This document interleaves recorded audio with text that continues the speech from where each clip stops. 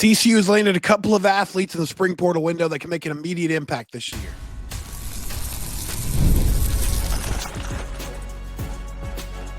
You are Locked On Horned Frogs, your daily podcast on the TCU Horned Frogs. Part of the Locked On Podcast Network, your team every day. Locked On Horned Frogs, your team every day. I'm your host, Steven Simcox. I've been covering TCU athletics for the past 12 years. Please forgive my voice today. I'm sorry. I'm dealing with some allergies.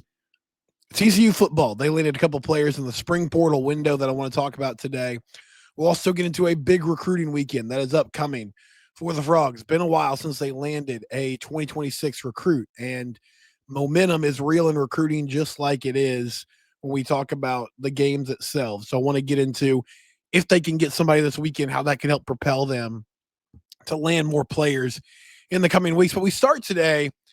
The calendar now, you have the fall portal window, and then there's a break, or the winter portal window, and then there's a break. And then after spring practice, you have a second portal window. And because I know not everybody listens to the show every day, or maybe I do a show on a guy and then it just kind of goes out to the back of your mind, I wanted to recap the three players that TCU added to their roster in the spring portal window and just give a brief synopsis of what kind of impact those players could have this upcoming season. So the first was an offensive lineman, and I've been pounding the table all offseason long. I thought TCU needed to be more aggressive in adding some O-linemen to play. Now, they ended up settling on their starters already. I think the player they added in Dylan Kinney from Abilene Christian, he's not going to compete for a starting job this year. This is somebody who, looking towards the future, though, could be a big-time player for TCU. Dylan spent the last 3 years at Abilene Christian. Now, he only played significant snaps last year. And you might say to yourself, well, why do you get somebody that's been at ACU for 3 years and only played for one season? Well, the year that he played, he was very effective. According to Pro Football Focus, he had a 72% blocking grade, a 64% run blocking grade. And then he has the size that you want at this level, 6'3", 310 pounds. He started all 12 games last year. He played tackle for Abilene Christian. I believe he'll slide into the interior offensive line when he gets to TCU, and he'll be a guard. But you're talking about a guy that has the size that you want at that guard position and at the power 4 level. Your guard spots right now, you got Cade Bennett, who I believe this will be his last season. And then you have Carson Bruno and Remington Strickland, who are also veteran players that are both in their second year at TCU after spending a few years. Carson Bruno was at La Tech. Remington Strickland was at Texas A&M. But Bruno's a good example. He was a tackle for a few years at Louisiana Tech, did a nice job there. They bring him into TCU. They slide him to that guard position. So it shouldn't be a huge change as far as what he needs to do and the type of, footwork and blocks that he needs to make. But you get him at TCU. He's accustomed to kind of sitting and watching, developing. So he can have a season to get acclimated to what this is going to be like at this level, to continue to get stronger, to get physically more imposing. And then next year, when you have a lot more openings on the offensive line, he's a guy that can compete for a starting job. He's very similar to Rashid Jackson, who they landed from Incarnate Word in the winter portal window. And Rashid, I think he is true. Like, he played tackle at Incarnate Word, and I think he truly is more of a tackle even at this level of football. But another guy that didn't play right away at Incarnate Word, but got to start last year, played a ton of snaps, played really well, and is not going to be counted on to be part of your offensive line this season, but in the future is going to be a big part of what they do. I've been very complimentary of, now you have to develop these guys now, but TCU has done a really good job since Sonny took over of making it a priority to at least get the numbers back in the O-line room to a place where it needs to be. Meaning you've got a lot of bodies there, and you have a number of players that have potential. I really like Tobias Steps. I really like Killian Registray. Wesley Harvey's a super intriguing prospect just from a size and skill standpoint, even though he seems like he's very raw as a player. there are others that have done some nice things in the one season they've been on campus in practice in the developmental world. So you got to get those guys to a place where they can contribute, but you at least are getting back to a spot where you have the right amount of people in the O-line room, and you can say to yourself, okay, if we can hit on a few of these evaluations, then we can end up having a really good unit, not only this season, but beyond that, right? So that's Dylan Kinney from Abilene Christian. Again, 6'3", 310 pounds, played tackle at ACU. I believe he moved to guard. And my projection for him this year is he's part of your depth on the offensive line. And he'll get a chance to come in fall camp. And if he just blows everybody away, then yeah, you give him a shot. But I think for the most part this season, this is a guy that's going to be watching your starters, learning, getting stronger, and getting ready for next year. Two more players they added, both these guys on defense. The first is Michael Thiessen from Missouri State, which is a very good FCS program. He was an FCS All-American last year. He played in all 12 games for Missouri State, and he had 51 tackles and 7 tackles for loss, which was tied for third best on the team. He had 2 fumble recoveries, took a fumble recovery for a touchdown in one of the games, and was also a fixture on special teams. And I think Michael Thiessen is going to be an impact player. Now, he's not going to be a starter. Your starters are Caleb Alarmzor and Namdio Bizor. But this was a really good addition because you needed somebody behind those two guys who could step in and play. Now, they really like Sam Haley, the true freshman from Tennessee, and I believe he could be in your 2 deep. He's going to need to make some waves in fall camp, but I think when the dust settles, he can end up being another, backup player for you. But Caleb Alarmzor and Namdio Bizor can't play every snap. And so Thiessen is going to walk in and be somebody who can play right away. And again, like he can learn, he can get accustomed to the system, but physically he looks the part.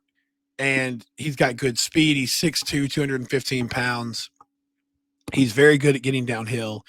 He was a standout player in high school at Missouri, won a couple state titles there at the highest level of Missouri high school football, and was an immediate contributor as a freshman. And, okay, FCS level, sure, but still to walk in, so like I said, a program in Missouri State that is always up there. We talk about the best programs at that level, and to be an immediate starter, an immediate impact player is really impressive. This was a good addition because you have to have somebody behind your 2 starters who are good and have a lot of experience that's going to be willing to step in and make plays and give those guys a break. And then, not to mention, linebackers are a very physical position, and you're bound to have some injuries. You hope that's not the case. You would love for both Namdi and Caleb to stay healthy all throughout the year.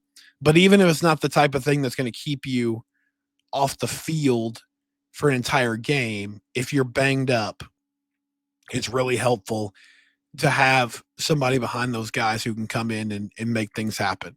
And then Max Carroll's also going to be there as somebody who is a factor when we talk about getting snaps and playing. But now with Thiessen coming in, you can pair him with Max Carroll as those 2 backup linebackers. And I think Thiessen's also a player that can make an impact on special teams, which is good to know because you can't have enough of those guys that will run down on kickoff, run down on punt team, and make tackles. And then Ryan Yates from Cal. And part of this is Trey Watson, who's your new safeties coach, coming over from Cal. He coached Ryan Yates.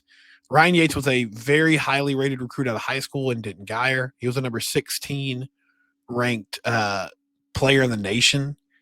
And he went to LSU. He played as a true freshman. Then he transfers to Cal. Last season, he played in 12 games. He played in 13 games for LSU in his true freshman year. He had 16 tackles last year. He started against Auburn. He had 16 tackles as a true freshman at LSU. So he can fly around. He can make plays. He's an athletic safety. He can come downhill and make plays in the box. He's 6'1", 195 pounds. This safety group is going to be good. You got Bud Clark coming back. You got Jamel Johnson, who was briefly in the transfer portal but decides to come back. And then I mean, we'll see who kind of fills that third role. I think Austin Jordan is going to be your number one candidate for that. The transfer from Texas who was on campus last year, made some plays, and now is stepping into more of a starting role. And then now you have Ryan Yates. You have Kylan Jackson, who's an interesting player from LSU, another highly rated recruit out of high school that made some athletic plays in his first few years on campus, is now getting a chance to come in and play. And I think in Kylan's case, he'll be more that downhill in the box safety that you want. And Ryan Yates has a great feel for what TCU is going to want. He knows Trey Watson really well. He knows what to expect. So I expect him to come in and make plays right away. So with Yates and Thiessen, I think both of those guys are going to be immediate impact players. With Dylan Kenny, I feel like it's going to be really the next year that we see the dividends there. But you can't have enough O-linemen. You can't have enough depth at that position. So it's good that they have him in the fold, and then he'll be ready to play if he's called upon. When we come back, big recruiting weekend for TCU. They need a commit soon. I'll explain next here on Locked On Horned Frogs, your team every day.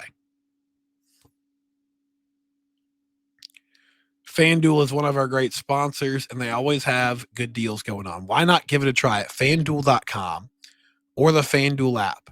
You make one $5 bet, you win that bet, you get up to $200 in bonus bets. TCU is 1.5-point underdogs in North Carolina in the season opener. I think the Frogs are going to win that ball game. Place $5 on that. If you win, you get $200 in bonus bets. That's money that you can play with. NBA playoffs are in full swing as well. Pacers with a huge win last night over the Knicks. Tyrese Halliburton, former Iowa State player, has been unbelievable.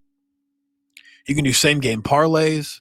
There's all kinds of options on the FanDuel app or at FanDuel.com. New to FanDuel, it's the perfect time to sign up. Head to FanDuel.com and place your first $5 bet. If it wins, you'll get $200 in bonus bets. Make every moment more with FanDuel, the official sports betting partner of the NBA. Give FanDuel a try today.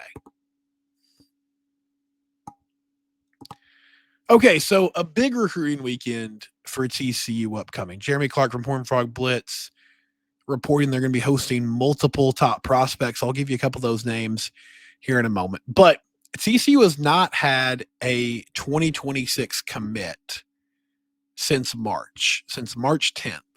And that was Jordan Burnett. And right now, a heavy influence of defensive linemen and edge players, Jesse Ford from Arlington Martin, defensive lineman, Carter Buck, an edge rusher from Lake Travis, Duncan McGee, defensive lineman from Texas High, and then Maddox Flint, also a D lineman from Westlake, Jack Dalton's your quarterback from the Woodlands, Jordan Burnett, the offensive lineman from Ridge City and Ridge Point, and Will Terry, who's a long snapper from Iowa Colony.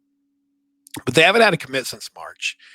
And momentum is real in recruiting. One thing that really bothers me when we talk about like analytics and people that are very into the numbers when it comes to football, and that's great. Like those things are useful. I'm not somebody who completely dismisses advanced stats and using that information to try to determine how things are going to go. But one common belief amongst people that really subscribe to those ideas and use that information is that momentum is not real in sports. And they talk about it in the context of, well, sports it's always changing. It's always happening. Momentum's not a real thing. And that's so silly to me because anybody who's played sports at any level or has been around it, you understand that this is it's not just the numbers that determine games. It's a mental and an emotional game. And when things are going good, you can see a team swell with confidence. You can see a team start making plays. You can see the energy and the swagger get to a place where they're playing beyond their normal level. And you can also see when a team starts to give up a lead or things start to go poorly, you can watch a team get tight and start making mistakes and start doing uncharacteristic things because, they're kind of melting down in the moment and they're not able to reverse their fortune. So it's a very real thing. And similarly, in recruiting, when you get commits, there's a trickle down effect. There's some excitement and buzz around your program. And then those kids that commit, they start recruiting other players. So we're in this period of time now as we enter early June. That's going to be the most active for TCU's recruiting. If you remember last offseason, and they ended up signing a very highly rated class, the summer was the time where you saw just a huge rash of commits. Bang, bang, bang, bang, bang. They had a really good run January through March. So this weekend, I think, is significant. And getting somebody in the fold to publicly announce that they're coming to TCU, just to get your name back out there and to allow that person to then turn around and say, okay, who's next on our list? What relationships can we use in your world to try to get more talent on campus, get more guys in here for official visits, and then build on that moving forward. But this is a big weekend for TCU football. A couple of the guys that they're set to host, and this is according to reporting from Jeremy Clark, new Boston running back Ashton Rowden. Last year, had over 1,700 yards and 22 touchdowns. 5'11", 195. He's a four-star prospect. He's got offers from a bunch of different schools. He has visits planned to Arkansas, Minnesota, and Houston, but he will first visit TCU this weekend.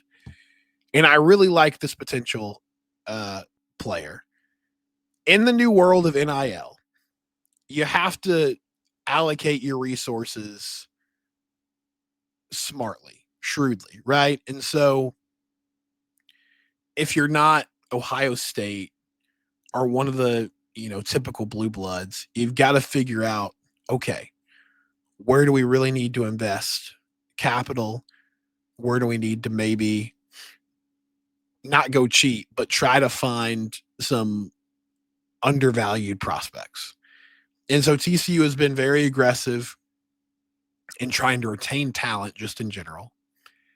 And I would say so far, at least over the last few years, it feels like they haven't made a big enough commitment at running back. I've talked a lot about the offensive line and their struggles, but people have pointed out to me it's a two-way street, right? Like your O-line is a huge part of your running game, but also you need a running back who has the vision and the ability to get tough yards to make your offensive line look better at times. And last season, they certainly didn't have that. The Cam Cook experiment just didn't end up working out. This is the type of guy who's a game changer, though. And, John Denman's also highly rated. I think he's going to have a big impact at running back. We'll get to see a better picture of who Nate Palmer and Jeremy Payne are as players. And at the end of the season, we'll have a good idea of like, okay, these are who these guys are and what their ceilings are. But this would be big if they could land this running back, because he's a four-star prospect. And Ashton Rowden, 1,700 yards last season. That's big-time production. They also have Bradley Brown, the safety on campus. He's from Plano, Texas, 6'1", 180 pounds. And according to Jeremy Clark, he has offers from Missouri, Vandy, Michigan State. He had 69 tackles last year with 2 tackles for loss and 1 sack. So, again, really good player, very athletic. You need athletes at the safety position, especially the way TCU is going to play. You got to have guys that can both run and cover and can also come downhill, be physical, and make plays. And Brown appears to fit both those bills, already standing at 6'1", 180 pounds.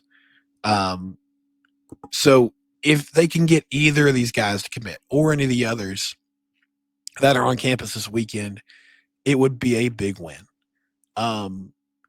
Again, momentum's real. That buzz, that excitement when you get players in the fold, that's a real thing. So I think this is the first step. You got some big names on campus, get them to commit, and then you build from there. I like what Sonny Dykes and his staff, I like the way they approach recruiting. They seem to do a very good job once they get these guys on campus. I know NIL is a big part of it too, but a big opportunity for them with a couple of big time prospects at TCU this upcoming weekend. When we come back, some of your thoughts. TCU baseball playing in the Corvallis Regional. That's all coming up next here on Locked on Horned Frogs, your team every day.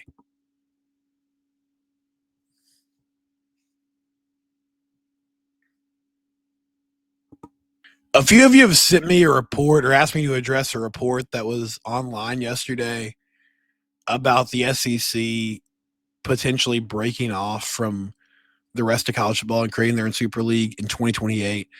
Just to set the record on that one, that was a hoax. That wasn't an actual report. Now, maybe I think, it's possible that the SEC does that eventually, but there's nothing there right now. I think that was Derico, who's a TCU burner account and is very funny on social media. And he does a really good job of putting together fake like CBS Sports reports like that. But that's not real. So those of you who sent that to me or wanted to talk about it, that one was a hoax. So nothing to worry about yet in that regard. Now, SEC Media Days is going on right now. Greg Sankey made some interesting comments. I guess it was on Tuesday, where he basically said, hey, he didn't say these exact words. He said, I don't need to be lectured on the good of college football, because after the straight seeding changes came out, the Big 12 and the ACC, both Jim Phillips and Brett Yormark released statements saying, hey, we don't necessarily think this is the best thing for our leagues, but we're doing what we think is best for college football. And I guess Greg Sankey took offense to that and took that personally. Listen, he's going to do what's best for his league. He does not care about college football as a whole. And honestly, that's not really his job. It would be nice if he did, but that's not what he's paid to do. He's paid to promote the SEC. He does that very well. The Big 12 and the ACC are just going to have to fight back the best they can against these conferences. There's no other way to put it. Yesterday, we talked about TCU and the way they're building their roster. Justin said, Sonny and the Frogs need to prove it this year. As you already know, nobody wants to feel like they did last year at 3-3. I think the squad can do it, but I'm holding out for a UNC dub before I get my hopes too high. Yeah, it's a big-time season, man. I think this is a prove-it year. Now, Mike Buddy coming into the fold here, I don't know, I guess in some ways you could look at that and say, well, maybe that puts more pressure on Sonny. I feel like in year one for a new AD, I would be surprised if he made a major change like that. But that being said, 8-4 last season. I've told you guys this before. It was a good ending to the year, but it really doesn't matter that much if you can't build on it this season. Like all that goodwill that you kind of built up at the end of last year by closing the season strong and showing honestly that you had a good culture on your roster, that you were 3-3, that things looked very bleak, and you were able to get those guys to believe and keep playing hard and turn things around. Those are very promising signs. But if you don't build on it this upcoming season, then it doesn't really matter, right? So it's a huge year for Sonny in making sure that he's proven he can still do this job at a high level and that he's building something at TCU. And they're banking on continuity. They're banking on the guys that are returning playing really well. They're banking on the few additions they made in the portal, especially when we talk about guys that are going to have a big impact. And those guys pan out and those evaluations end up being really good. And we'll have to see when the dust settles if they're right. But, yeah, I really like the idea of what they got going this year. I think the core group of players that they have can be really special. Devil Frog says Sankey's arrogance will be the catalyst for the SEC's downfall. I wish I could agree with you, man. And maybe it will be. But it's hard not to see their influence and power right now. And I don't know what maybe they fly too close to the sun and they bite off more than they can chew, and it does lead to something like that. I will say, if people pay attention, the SEC is not as dominant as they used to be on the field. Now, within college sports, yeah, they are. But it's been a couple of years since they won a national championship. It's been a couple of years since they played for a national championship. I think you see with the Big Ten especially, but also with the Big 12 and the ACC, that gap's closing a little bit. And if you can get some more evidence to the fact of hey, you're not the big bad wolf that you always say you've been, then that's really good for the other leagues. And but that's up to the Big 12 and the other conferences to make that happen and make that true. Thank you for bearing with me today. I apologize for my voice. Hopefully I'll feel better tomorrow. We'll be back tomorrow either way. It's Locked On Horned Frogs, your team every day. We're free and available wherever you get your podcast. Please subscribe to the YouTube channel.